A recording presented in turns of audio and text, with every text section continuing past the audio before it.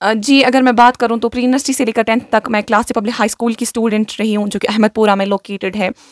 तो अगर मैं बात करूँ, मैंने प्री नर्सरी से लेकर 10th तक अपनी हर कोई स्कूलिंग वहीं से की है। बस 10th जब आया तो मैं विंटर्स के जो हमारे पास 3 महीने होते हैं, वो मैंने कोचिंग इंस्टीट्यूट अल-इल्म से किए, और वहाँ पे भी हमें बहुत ज़्यादा अच्छे टीचर्स मिले। तो वहाँ पे फिर आप किया, फिर 9th का एग्ज़ाम दिया, फिर जैसे हम 10th में प्रमोट हुए, फिर हमने बस कशर दास्तान न्यूज़ नेटवर्क में आपका खैर मकदम है। मैं हूँ आपका दोस्त समीरुल आज़म। मंजिल से आगे बढ़कर मंजिल तलाश कर, मिल जाए तुझको दरिया तो समंदर तलाश कर। हर शीशा टूट जाता है पत्थर की चोट से, पत्थर ही टूट जाए वो शीशा तलाश कर। दोस्तों, हम इस वक्त ज़िले बड़गाम के एक कस्बे में मौजूद है, जो कि मागाम कस्बा है और मागाम कस्बे से मशहूर है। इस वक्त हम बराह रास्त एक स्टूडेंट से बात करने की कोशिश करेंगे। ये वो स्टूडेंट है जो आपको इस वक्त विजुअल्स में नज़र आ रहा है।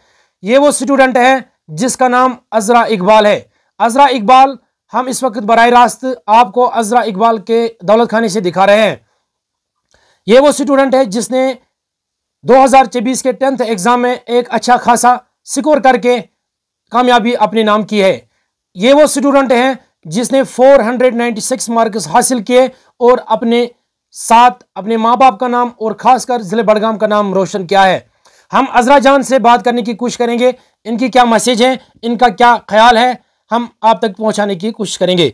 अज़रा, कशर दास्तान न्यूज़ नेटवर्क में हम आपका खैर मकदम करते हैं। अस्सलाम वालेकुम वरहमतुल्लाहि वबरकातुहू। जी, शुक्रिया आपका। आप बताएं कि जो आपने 10th क्लास में 496 मार्क्स हासिल किए हैं, बहुत बड़ी कामयाबी है।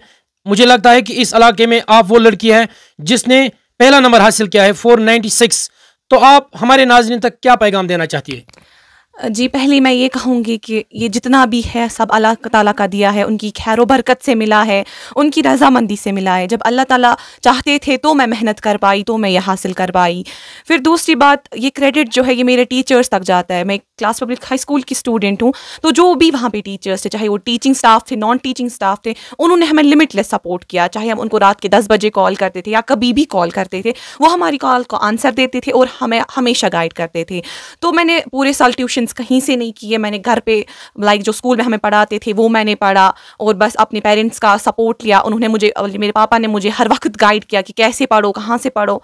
तो इन शॉर्ट फिर लास्ट में हो गया।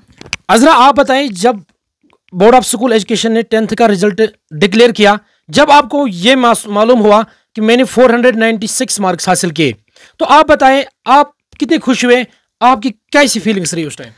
तो बीइंग ऑनेस्टली अगर मैं बताऊं, जब रिजल्ट मेरे पास आया तो एट अ मोमेंट मैं बहुत ज़्यादा अपसेट हो गई थी, क्योंकि मेरी एक्सपेक्टेशंस थोड़ी सी ज़्यादा थी। जैसे मैंने पेपर्स किए थे, जैसे मैंने हार्ड वर्क की थी, थोड़ी सी ज़्यादा मेरी एक्सपेक्टेशंस थी, वो मीट नहीं हो पाई। लेकिन अल्लाह ताला का लाख लाख शुक्र है कि फिर भी मैंने अच्छा स्कोर किया। तो पहले मोमेंट में ये कहूँगी कि बगैर थोड़ा अपसेट, लेकिन मैंने फिर खुद को समझाया, पापा ने समझाया, तो फिर मैं बहुत ज़्यादा खुश हो गई।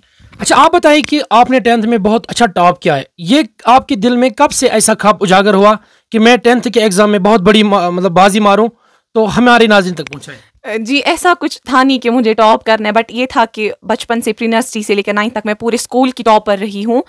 तो बचपन से था कि करना है, बट खुद के लिए करना है, इतना करना है कि हार्ड वर्क सेटिस्फाई हो जाए। ये नहीं था टॉप करना है, बट अल्लाह ताला ने मेरी मेहनत देकर ये फिर दे दिया मुझे।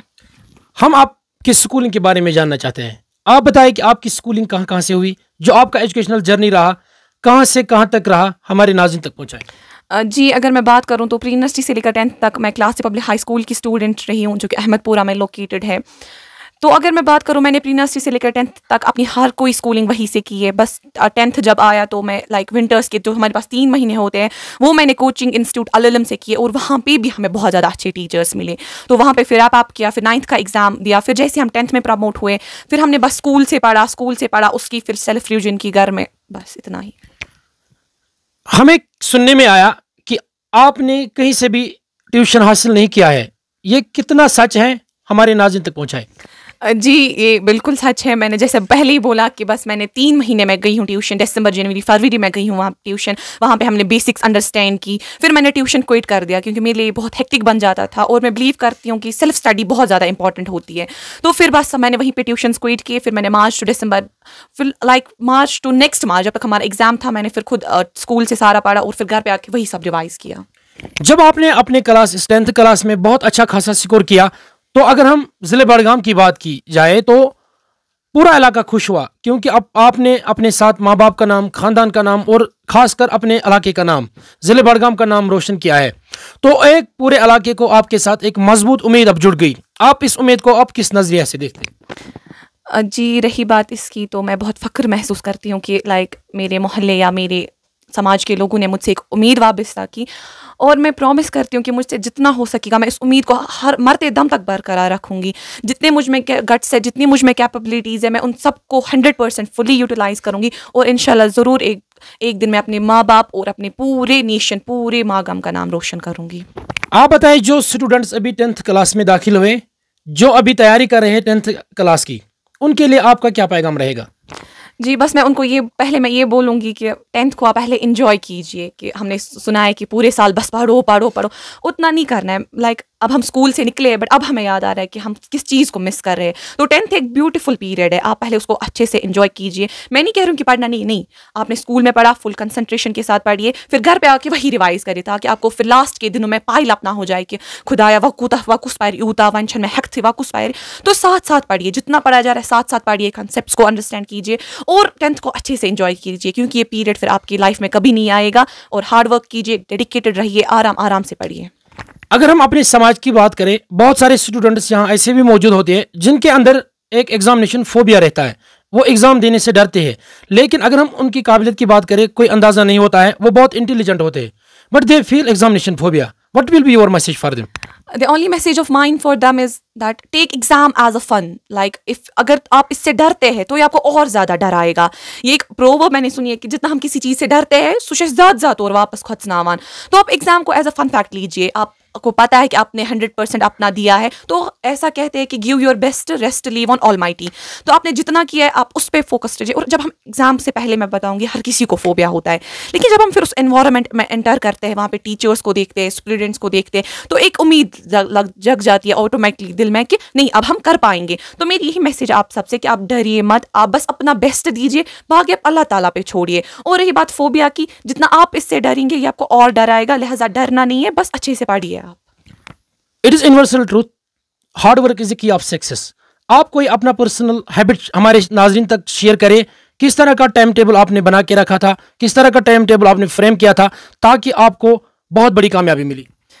टाइम टेबल की अगर मैं बात करूं कि मैंने कोई मतलब पर्टिकुलर टाइम टेबल नहीं बनाया था, क्योंकि अगर हम टाइम टेबल में बस 1 मिनट उधर इधर कर देते तो हम फ्रस्ट्रेटेड अप हो जाते। मेरा ये था कि मैं पूरे दिन के लिए गोल सेट कर देती थी कि मुझे आज इतना पढ़ना है, आज इतना पढ़ता है, फिर वो हो भी जाता है माशाल्लाह। कि अगर आप देखिए, अगर तुम सुबह वो अगर तुम थो कि आज मैं 1 चैप्टर पढ़ूँ या 2 चैप्टर पढ़ने, तो फिर आप उस पर फोकस कीजिए, तो वो फिर ऑटोमेटिकली सारा हो जाता है, और साल भर में वो आहिस्ता आहिस्ता सारा हो जाएगा।